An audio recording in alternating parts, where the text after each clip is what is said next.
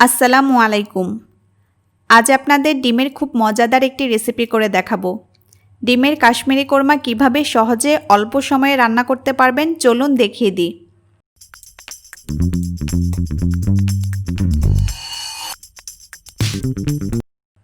প্রথমে এখানে আমি 4টি ডিম সিদ্ধ করে খোসা ছাড়িয়ে নিয়েছি।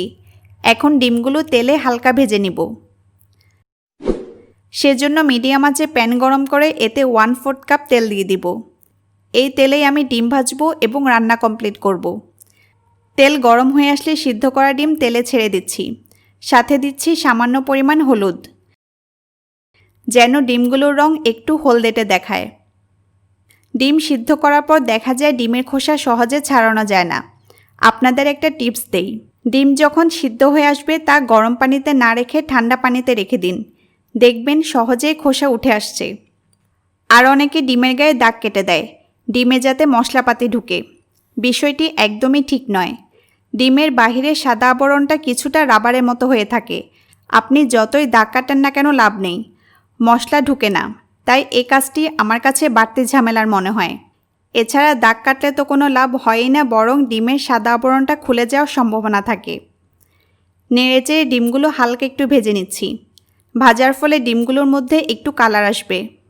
বেশি ভাজলে বেশি কালার আসবে, আর কম ভাজলে কম কালার আসবে। আপনারা আপনাদের পছন্দ মতো কালার আসলে উঠিয়ে নেবেন। আমি বেশি ভাজবো না, তাই এখন উঠিয়ে নিচ্ছি। ডিম ভাজা শেষে একই তেলে দিয়ে দিব 1/4 কাপ ঘি। এই ঘিটা ব্যবহার করলে রান্নার টেস্ট দারুণ আসে এবং সুন্দর ফ্লেভার ছড়ায়। ঘি না দিতে চাইলে তেল বাড়িয়ে দিবেন। ঘি গরম হয়ে এলে এতে দিয়ে দিব 1 কাপ পেঁয়াজ কুচি। চুলার আঁচটা এ পর্যায়ে মিডিয়াম থেকে একটু বাড়িয়ে দিতে হবে। পেঁয়াজগুলো একটু সময় নিয়ে নেড়েচেড়ে বাদামি করে ভেজে নিব। যখন পেঁয়াজগুলো বাদামি হতে শুরু করবে তখন দিয়ে দিব 1 টেবিল চামচ পেঁয়াজ বাটা। এরপর দিচ্ছি আধা চা চামচ আদা বাটা। পেঁয়াজ বাটা দেওয়ার ফলে ঝোল ঘন হবে। কোরমাতে পেঁয়াজ বাটা দিলে ঝোলটা ঘন হয়, তাই দেখতে খুব ভালো লাগে। পেঁয়াজ ও আদা বাটা একটু ভেজে নিচ্ছি, এতে কাঁচা গন্ধটা চলে যাবে। কিছুক্ষণ কষিয়ে দিয়ে দিলাম আধা চা চামচ গরম মশলা গুঁড়া। আপনারা খেয়াল করছেন আমি ধাপে ধাপে মশলাগুলো দিচ্ছি। এটা খুব গুরুত্বপূর্ণ বিষয়। রান্নার কোন পর্যায়ে কোন মশলা দিচ্ছেন এর উপরও কিন্তু রান্নার স্বাদ নির্ভর করে। অনবরত নেড়ে মশলাগুলো কষিয়ে নিচ্ছি। কষানোর এ পর্যায়ে আমি 1 কাপ পানি দিয়ে দিচ্ছি। এতে মশলাগুলো পুড়ে যাবে না। পানি দিয়ে মশলাগুলো আরও কিছুক্ষণ কষিয়ে নিতে হবে। এরপর দিয়ে দিব 2 টেবিল চামচ বাদাম বাটা। আমি সাধারণ চীনা বাদাম বেটে নিয়েছি। বাদাম বাটা আপনাদের পছন্দ মতো কম বেশি করে নিতে পারবেন। এরপর দিচ্ছি আধা কাপ টক দই। রান্নায় টক দই দিলে স্বাদ বেড়ে যায় এবং খাবারটা সহজে হজম হয়।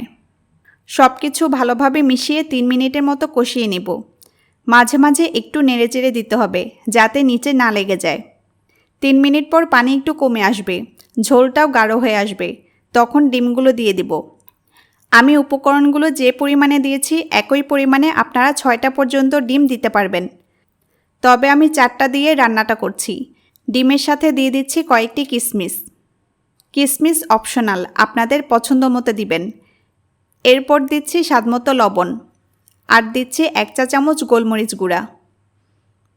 নেড়েচেড়ে রান্না করব আরও 2 মিনিট। ঝোল মাখা মাখা হয়ে আসলে চুলা বন্ধ করে দিতে হবে। হয়ে গেল খুব সহজ প্রসেসে ডিমের কাশ্মীরি কোরমা।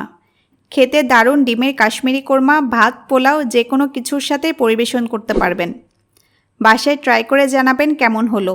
কোনো প্রশ্ন থাকলে কমেন্টে লিখুন, আমি রিপ্লাই দিব। সবাই ভালো থাকুন, সুস্থ থাকুন। আল্লাহ হাফেজ।